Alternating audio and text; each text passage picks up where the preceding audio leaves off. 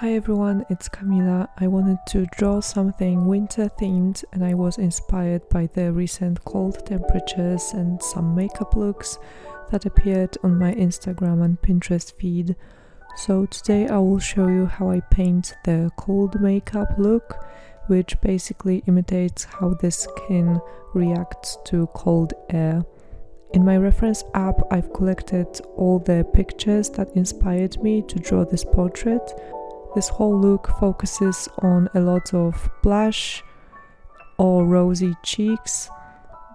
The skin should be glowy and the lips glossy, since in winter, especially when we plan to spend a lot of time outside, a thick layer of moisturizer can protect our face and lips. And when we are in the cold, the cheeks and nose will naturally get more rosy. So I hope you like this wintry tutorial. Of course, you can implement those tips to paint other looks and whatnot. If you would like to see a more detailed guide on how to achieve the watercolor effect, please check the cards in the top right corner. And for more Krita tutorials, you can check out my playlist. Please subscribe if you haven't already. I mainly post art tips and tutorials. So if that sounds good to you, join me and let's get started with this video. Depending on what my drawing focuses on, I tend to use more or less layers depending on what I want to create. But this time, since this whole painting focuses on the whole makeup look, I decided to create a separate layer specifically for the makeup. So you can do the same. In that way, if you don't like how it turns out, you can always delete it or you can correct it.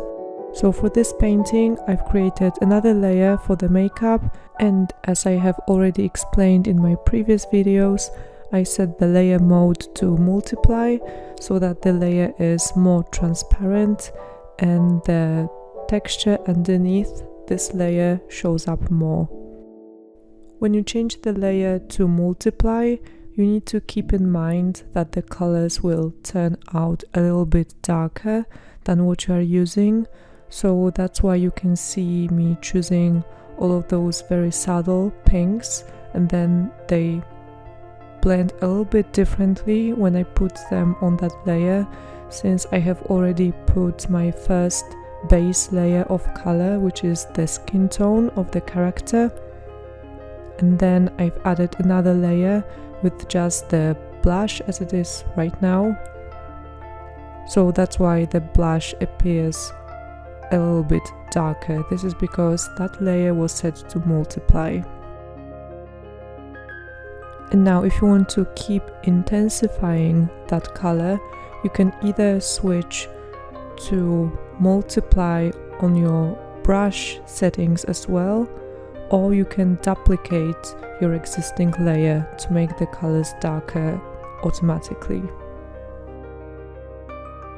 In this painting, since I did want to emphasize the effect, I've put the pink blush also on her forehead and her nose and her chin to make the whole look more rosy. And I've put more color on the top of her cheeks and also on her nose, and I've also added a little bit more color to her lips as well. When you have your blush base layer done, you can create another layer. This will be for the highlights, and for this layer, switch the mode to overlay and keep your brush the same color as your blush. So this rosy pink color,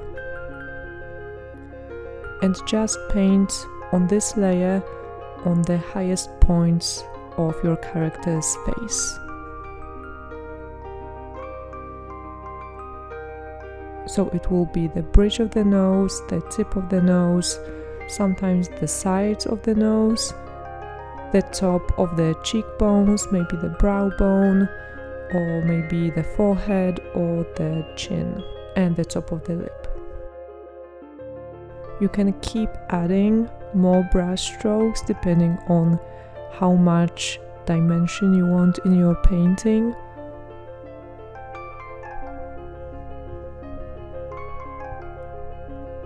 Or if you feel that this is enough, you can always leave this layer as it is and then create another layer, also switch it to, let's say, overlay, and add more details.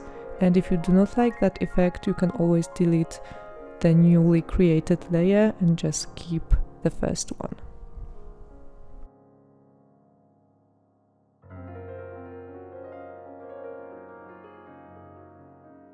With the airbrush you can cover a larger area of your painting, or if you would like to add more color, you can also do that. As in this example, I prefer to first go with a watercolor brush and then add the airbrush later. Sometimes I do it the other way around, so I start with airbrush, or then I add the more watercolor details later on, so there is no one way of doing it. The brushes that I'm using, or rather the one brush that I always use, is this one watercolor brush that is a default Krita brush from the watercolor set. So I chose a darker pink to cover the larger area of the face of the painting, and I've repeated exactly the same process as before. So again, the layer is set to multiply, and that just darkens all of the colors underneath that layer.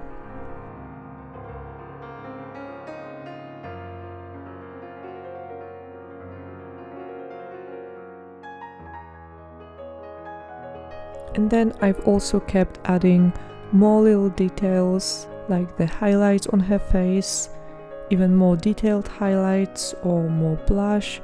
So just look at your painting and to whatever effect you want to achieve. If you want the stronger effect, then keep adding more layers or keep adding more brush strokes to your painting. If you want just a subtle effect, then maybe just use the airbrush for a softer look. So depending on what is your desired finished effect, just apply more or less layers and more or less details to that.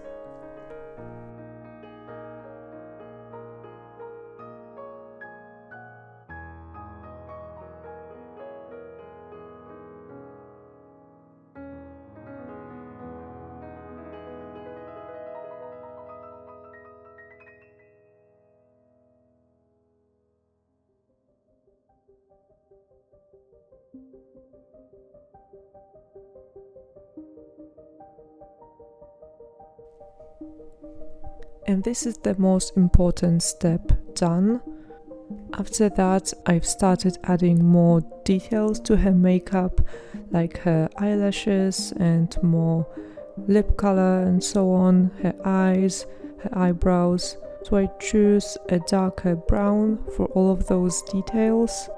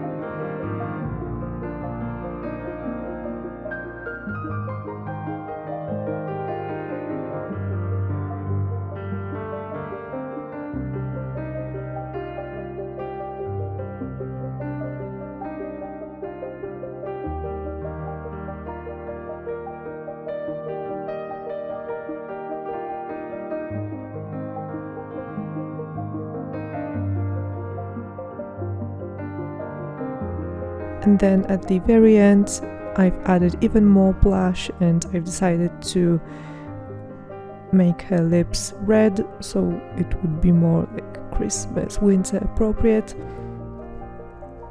And that was basically the finished look.